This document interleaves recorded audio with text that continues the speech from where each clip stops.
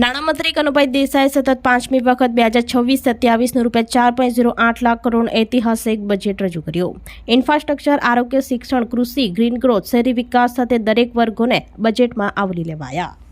Cabinet નાણામંત્રી અને પાર્ટીના ધારાસભ્ય કનુભાઈ દેસાઈએ સતત 5મી વખત વિધાનસભામાં અંદાજપત્ર રજૂ કર્યું હતું। જેઓ મૂળ વલસાડ જિલ્લાના હોવાથી બજેટને લઈ લોકોમાં ભારે ઉત્સુકતા જોવા મળી હતી। કનુભાઈ દેસાઈએ રજૂ કરેલા બજેટમાં વલસાડ જિલ્લા માટે વિવિધ જોગવાઈઓ કરવામાં આવી છે, જેમાં વલસાડમાં કેન્સર સેન્ટર, કપરાડા, ધરમપુરના 35 ગામો માટે પાણી યોજનાને મંજૂરી આપી છે। સાથે સાથે વાપી જીઆઈડીસીને આધુનિક ટેકનોલોજીથી સ્માર્ટ બનાવવા અને નવી મહાનગરપાલિકાઓમાં સ્પોર્ટ કોમ્પ્લેક્સ સહિતની સુવિધાઓ માટે બજેટની જોગવાઈ કરી છે, જેથી શહેરીજનોને આગામી દિવસોમાં ફાયદો થશે। મુખ્યમંત્રી ભૂપેન્દ્ર પટેલ સહિત સાથી મંત્રીઓએ બજેટને આવકારી નાણામંત્રીને શુભેચ્છા પાઠવી હતી। ખાસ કરીને બજેટ યુવાનો, ખેડૂતો, સિનિયર સિટીઝનોની જરૂરિયાત ધ્યાને રાખીને તૈયાર કરવામાં આવ્યું છે।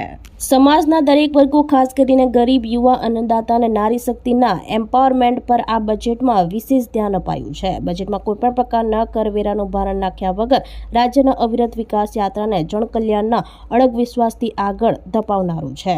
આ વખતે બજેટનું કદ 4 લાખ કરોડને પાર કરી ગયું છે, જે ગત વર્ષ કરતાં 7-10% વધુ હોવાનો અંદાજ છે। શિષ્યવૃત્તિમાંથી આવક મર્યાદા 2.5 લાખથી વધારીને 6 લાખ કરવામાં આવી છે, જેનાથી 97 લાખ વિદ્યાર્થીઓને ફાયદો થશે। આરોગ્ય અને પરિવાર કલ્યાણ વિભાગ માટે ₹25,403 કરોડની જંગી જોગવાઈ કરાઈ છે।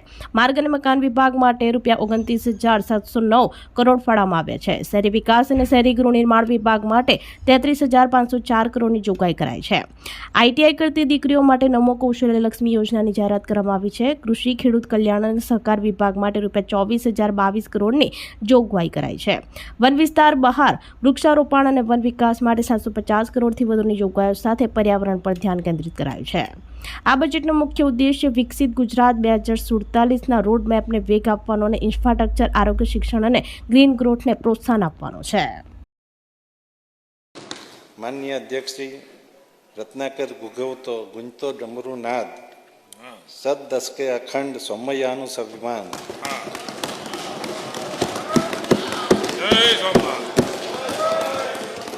હવે તો માન્ય નાણામંત્રી શ્રી પણ શાયરી કહેતા થઈ ગયા છે।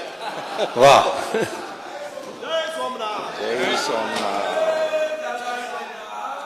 ઓમ નમઃ પાર્વતી પતયે।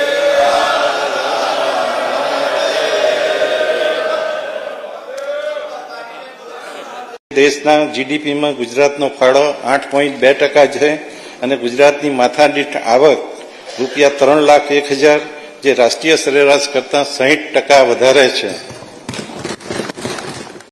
મારા નામે ઘણા બધા રેકોર્ડ થઈ જશે, વારંવાર રજૂ કરવાનું અને આટલું મોટું વોલ્યુમ સાથે 4 લાખથી મોટું બજેટ, એટલે તમે નાણામંત્રીશ્રીને, માન્ય મુખ્યમંત્રીશ્રી, તમારે અભિનંદન આપવા પડે।